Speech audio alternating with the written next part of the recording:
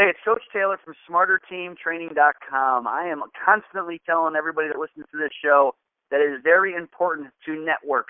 I'm going to give you how this show went today. Yesterday would have been Wednesday of the same week that the show was going live, and I reached out to a couple people, and they said, you got to talk to a guy named Scott Salwasser from California. And they gave me a little bit of a background, and they told me a couple things about force plates, and I said, you know what? I just want to get someone new on the phone. Scott and I have never talked, to be honest with you. We were on the phone for a split second yesterday just talking about the opportunity. I really don't know anything about him as a coach. I've never seen him coach. I don't even know what his background is in the field, and I want it that way. And I want to be able to share a conversation with the people that listen to this show about two professionals that just reach out to each other, pick up the phone, shoot an email, and just have a couple of questions prepared to just have an open dialogue. And I think more and more of us need to do that on a regular basis to expand our network, our knowledge base, and just have a resource of people that we can go to just to talk genuine, just shop, if you want to call it that. This field was built on people exchanging training messages and what has worked for them just by sitting down in the gym, in the iron jungle, if you want to call it that, with the music turned up and just talking shop underneath the bar. And man, Scott, I'm excited, as you well know, to get you on the phone, man. I'm looking forward to an outstanding conversation. I know there's a couple things you and I wanted to go over just as general bullet points, but I'm pretty pumped for the show, buddy. I'm excited as well, Rob. Thank you for this opportunity. Scott, man, I know yesterday we talked quickly about the show and the opportunity here and doing that type of thing. And, again, I appreciate you taking some time in your day just to go over that and obviously getting on the show within hours after that conversation. I mean, we're probably under 24 hours since we last spoke to get this thing going. I don't know anything about your passion for this field. We're going to post your bio, and I know you've already sent that to me. I really appreciate your professionalism to do that really quickly. But I want to talk a little bit deeper, man. I mean, I can look you up and find out what you did in 2005, and to talk about that to me is very boring because I think it takes an unbelievably passionate person in this field to become really, really great at anything, whether it's sports nutrition, psychology, strength and conditioning, or sport coaching. I mean, where did your passion for this field come from? And tell me a little bit about what you have going on now, my man. I played football at UC Davis in college. We were Division II at the time, and like most smaller colleges, one of our position coaches was also our strength coach, so he was pulled in a million different directions, and we didn't necessarily have a traditional strength conditioning experience like our kids have here at Cal, and so I was kind of forced to do a little bit of research on my own and read books and get online and research, and that's kind of my first kind of informal experience with strength and conditioning. And what I found was that even though as much as I loved football, what I really loved was the preparation aspect, the other 7-8 months out of the year where I felt like I was getting an advantage on the guys that I was going to be playing during the season. And I felt, again, that was my advantage and really developed a love for training and a love for getting myself better. And there was a lot of trial and error. We would obviously do the workout we were given, but then I would come up with things that I found online, test them out with my buddies. We popped our own hamstrings, doing our own version of overtraining that we discovered and experimented back in the day. But that was kind of where I first fell in love with the preparation aspect of strength and conditioning. One reason someone connected the two of us was your work on force plates and how that's positively or negatively impacted your program. And I don't know what response, to be honest, or where to go with this conversation. But I know more and more teams are interested in force plates. I don't know if everybody necessarily has the budget for them, but I want to see if we can be on the front side of this curve. And I'm going to ask questions about force plates and start the conversation off from there. I mean, how has using force plates impacted your program design, your athletes' readiness? I mean, I can go on and on and on about a multitude of different questions or even topics that revolve around force plates. But do me a favor, man, tighten this up for me. What are some common questions you get? How has it impacted you and your program? And just walk me through the advantages of having that type of resource in your in your facility? Well, first of all, the force plate is, I think there's a lot of mystery surrounding it. It's not, it is not magic. It's not anything really mysterious. It's the force time curve. And all of us as strength coaches, whether we realize it or not, what do we program off of? We program off of the force time curve. This guy needs to get more explosive. This guy needs more maximal strength. This guy needs more mobility. All that is just attempts to alter or modify that athlete's force time curve.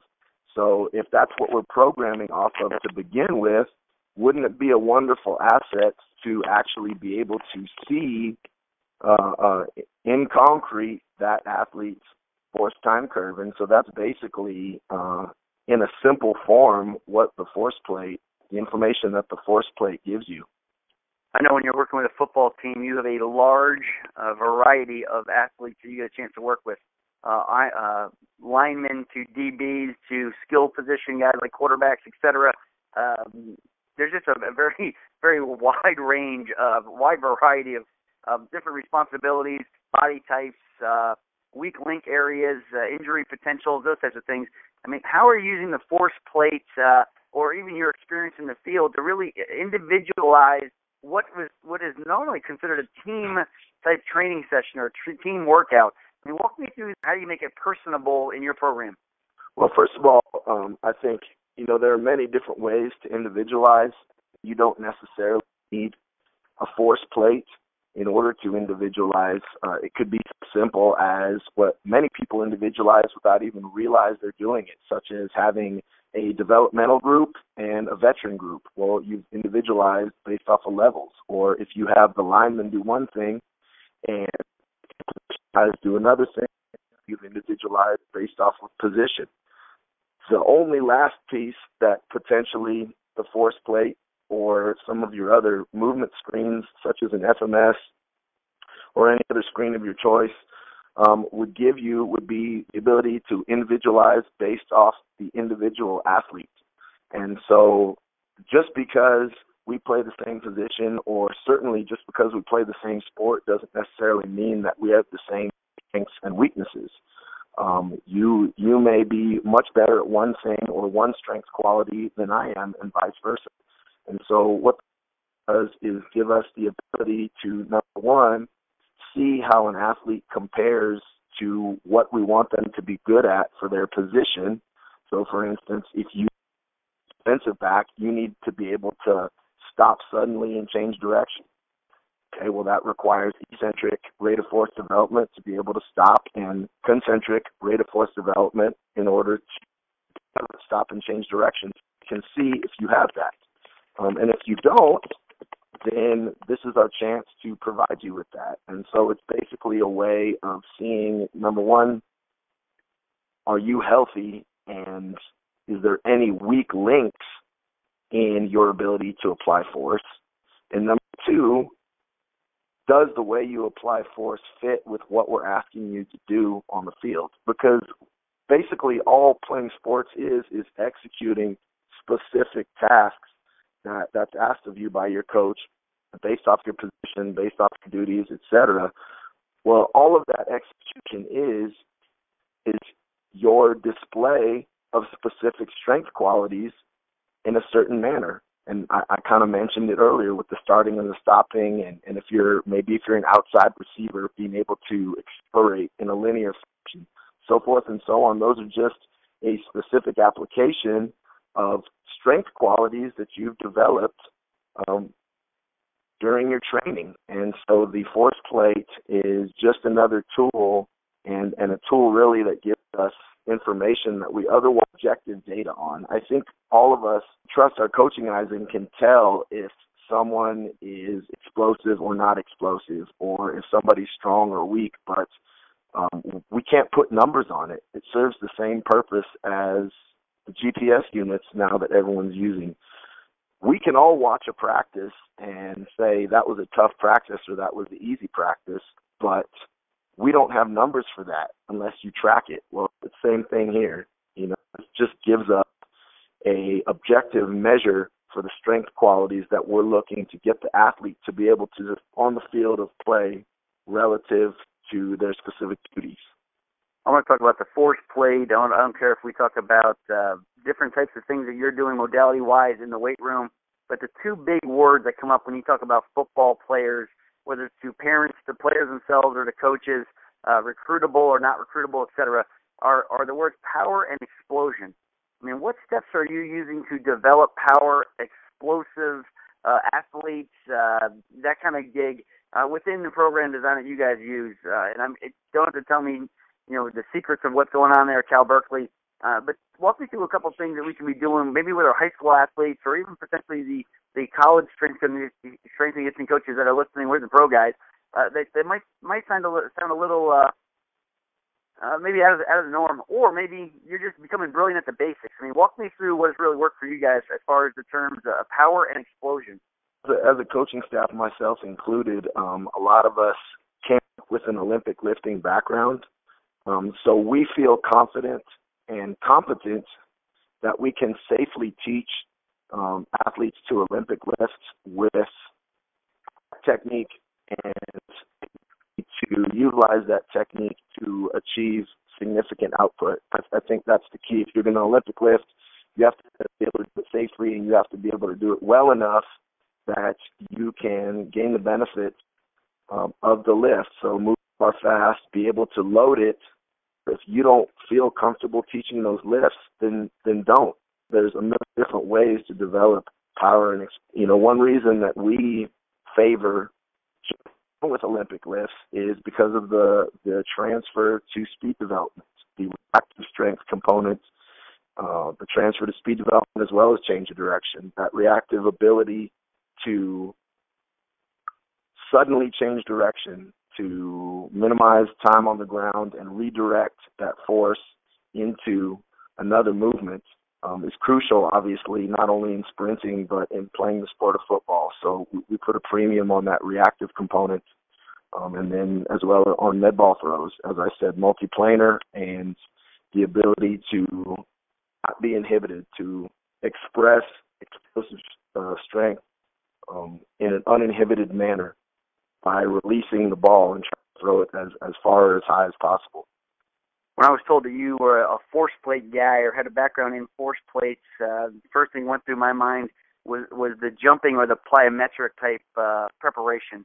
And don't ask me why it did, but I kind of I'm curious about that. I don't have a force plate, so I can't give some people some data back as far as deceleration forces, et cetera. I mean, how much jumping or plyo work do you guys do during the season? Does the force plate actually play a factor in the amount of contacts you guys are doing as far as the feedback you're getting from the force plate? And then walk me through the importance of teaching landing and deceleration mechanics. I mean, how important is it? Are you using the force plate to do that? Is that something you use just on the field or in the weight room? Walk me through a little bit of those variables, please. Plyos play a large part in our program. Obviously, I mentioned earlier, reactive strength is huge in sports. I mean, the eccentric rate of force development that we're seeing on the force plate is going to tell us how well an athlete can stop. The concentric rate of force development is going to tell us how well an athlete can change direction or explode. And then finally, the last component that the force plate tells us is the athlete's impulse. So force times time, and basically that's momentum. That's going to be the athlete's ability to carry momentum. So how that would play in a plyo sense would be, picture a broad jump. The first part, eccentric rate of development, would be the athlete's ability to land relatively stiff and not collapse upon landing. Now, as far as programming environments, which right now is 130 athletes, obviously we're not churning out 130 different programs. However, there's two big pieces that the force plate gives us that we can do in this environment. And number one, it allows us to evaluate the program that we have in for the majority of the athletes. The concentric rate of force development is the athlete's ability to transfer force. And so that's typically associated with athletes that have a strong core or a stiff stable trunk. And then finally, the last component, their impulse, we find to be associated with athletes that have a strong posterior chain. And so we know that if all of a sudden we're getting athletes that, as a team or by position potentially, we know that, as I mentioned, our defensive backs need to be able to stop, and we see that we're weak eccentrically. Obviously, we can take steps to improve that. We can and have taken steps to address that issue, and then we come back and we see did our steps, did our intervention make a difference, and that's really valuable. You're not necessarily going to test 1-rep maxes or 40-yard dashes every 4 weeks, but you could potentially do this every 4 weeks, and you can see if your program is coming along the way that you had envisioned it or meeting specific needs. So we don't necessarily individualize in our environment. However, we use it largely as a tool to evaluate if what we're doing with the programs that we are using for these athletes, if we're getting the adaptations that we want. And another piece that's kind of cool is, in addition to the other technology that we have, so for instance, we use GPS tracking. This allows us to scan guys and see at what point are we potentially conditioning them out of some power and strength gains. Obviously, you can't get better typically at everything once, right? The body needs a clear signal, but while we're sending that signal that we've got to improve our special work capacity to get ready for camp, we know that we don't want to throw away the strength and power developments that we gained in previous training blocks. To see, okay, we're running X amount of explosive yards based off of the GPS data, high velocity yards, and all of the guys, it looks like their central nervous system is still cranking, still putting out high output. And so that's a way that we can see, okay, we're doing it just right. We're conditioning them just enough that they'll be prepared for camp, but it's not going to be at the cost of the strength that we developed earlier in our training process. One conversation we have on the East Coast when we're getting a chance to compete on the West Coast or going westerly for that matter, elevation and even time zone changes, we're always having a conversation about what's going to work best for the kids or that type of thing. I mean, what kind of considerations do you guys have or make that have worked for you when your guys are flying from the West Coast flying over to the East? And I don't care if you guys are playing, in the Eastern time zone or not. I mean, you just moving over one, sometimes that screws people up. But when you guys are talking about flying or just coming East Coast-wise, what kind of considerations are you doing with the team from a potentially nutrition or a training standpoint or even a sleep standpoint?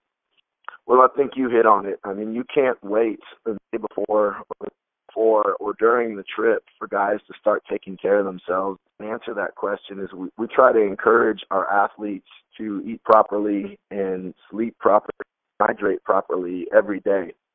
I feel like if they're taking care of themselves every day and recovering and regenerating properly, then wherever we travel, that's not going to be a problem. But if they're not taking care of themselves, if they're not sleeping properly, stress is stress.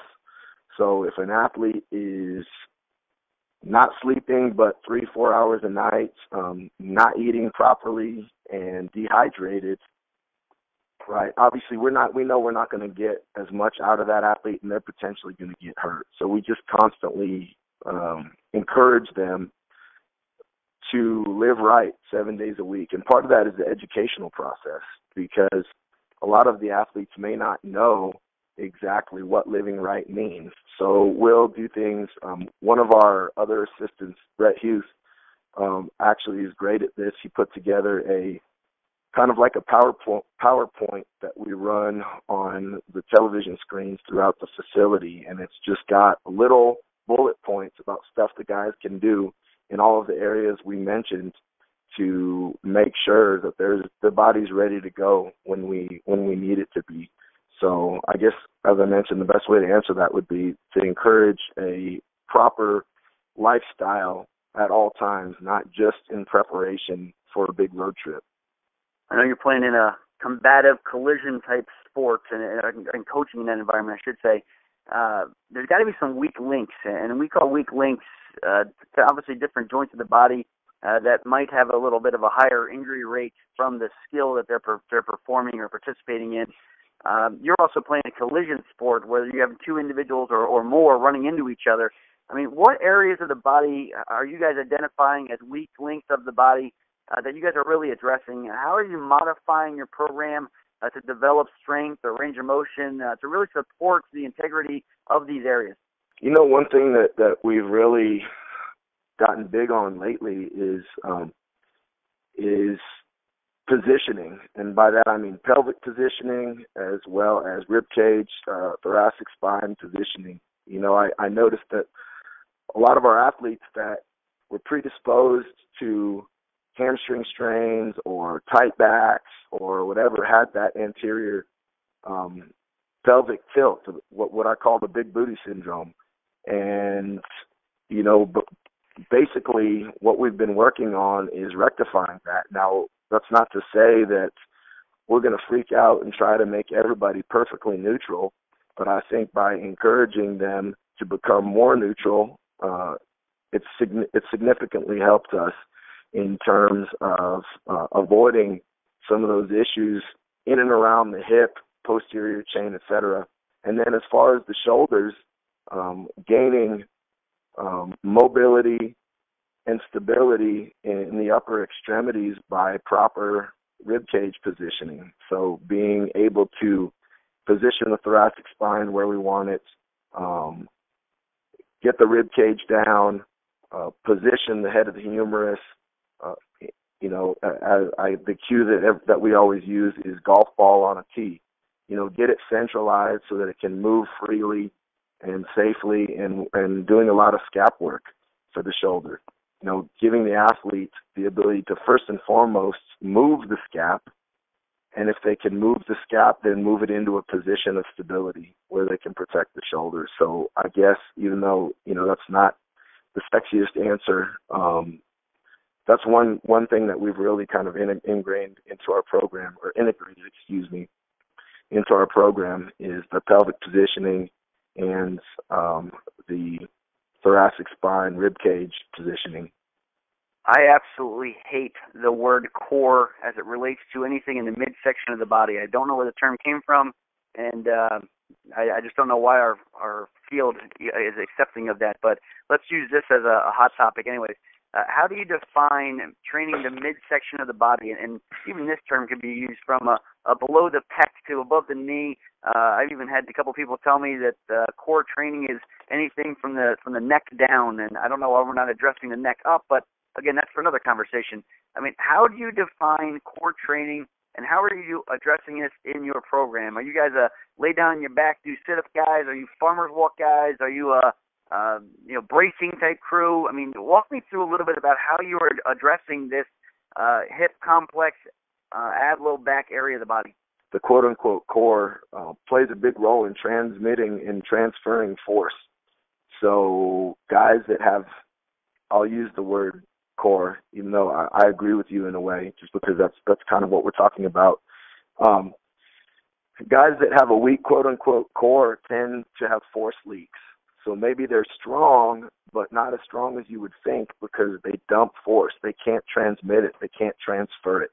That's really a huge function of the core, is being stable while during dynamic movement. So while potentially the legs and or arms are moving, the core is stable. And so that's how we train it. We train multiplanar. We do farmer's walks. We do rollouts. We do anti-rotation press, or some people would call a pail-off press, from a variety of positions. So half kneeling, tall kneeling, just teaching the athlete to stabilize their core no matter what's going on around them. So they might be moving They might be moving their arms or their legs, or they might be walking, carrying things. We love carries. We do front carries as well. And all of that time, the core has got to be stable while dynamic movement is going on. As well as, obviously, people can't forget just heavy lifting, deadlifting, squatting, etc. I mean, that's going to expose a weak core. If you can lock in to a heavy squat or lock into a heavy deadlift, then certainly that's going to be a huge core training stimulus, more so than just laying on your back and doing a few crunches just because they burn. Well, Scott, man, I know you're unbelievably busy here with the game day coming up here, my man, and I got to say thank you very much. Obviously, for the listeners on the show here, we were going to do it a little later in the day, and his flights, some of the other stuff, his agenda for the day changed, and we just went back and forth on text real quick, just saying, hey, what can we do to help one another? Again, the great ones are going to make time to help you if you have questions. Reach out to individuals through social media, through email, etc., and you're going to find out that you're going to get a wealth of information back from somebody who's just interested in having a conversation with you. So, Scott, man, I appreciate the opportunity to just talk with you here quickly. I took a whole bunch of notes, so I'm looking forward to us having a bunch of other conversations going down the road here, my man. If somebody was listening to the show and they wanted to find out more information about you or what you have going on, how can they go about reaching out to you and just learning more from you and walk me through a little bit about what you got going on? They're more than welcome to email me. My email is Salwasser, SALWASSER @berkeley.edu. If they're more interested in learning about some of the force plate stuff we talked about, the company that we use is called Sparta Science. So I believe their website is spartascience.com. As far as what we got going on, we're just trying to make athletes better. We're just trying to make athletes better in terms of their physical preparation, but also in terms of their psychological preparation. And by that I mean teaching them how to eliminate distractions, lock in, and execute regardless of how they feel each and every day. People talk about mental toughness, and to me, mental toughness really means what I just said: being able to focus and being able to execute whatever's asked of you under any circumstances to the best of your ability, no matter how you're feeling or no matter what odds are stacked against you. So we wear shirts that say the toughest team wins to every single workout. And so I just wanted to kind of mention that, because I think, a lot of times mental toughness kind of gets bandied about without really having a concrete definition. But I think since it plays such a big role in our program, I think I'd be remiss without mentioning it. So as far as what else I have going on, I have an upcoming article in the AFCA magazine about conditioning for an up-tempo spread offense, which obviously we run here at Cal. I also have been a guest blogger on the Sparta Science blog, which you can get to from their website. And I have a couple of been fortunate enough to be on Juggernaut a few times, and Chad Wesley Smith and Dr. Quinn have been a huge resource for us with some of the stuff that I mentioned in terms of the positioning, et cetera. So I've been fortunate enough to participate on their website a few times. Well, again, Scott, man, I appreciate the opportunity to get a chance to talk with you, my man. Hopefully I was good on my end as far as keeping you up to speed, getting the information you needed. And I thank you very much for taking some time out of your day. Hopefully this is a launching pad for us to connect, whether it's on the East Coast or West Coast, and do a lot more things down the road, my man. I would love to. Anytime, Rob. Thank you for all that you do for the profession. I know you're a huge resource, and, keep up the great work.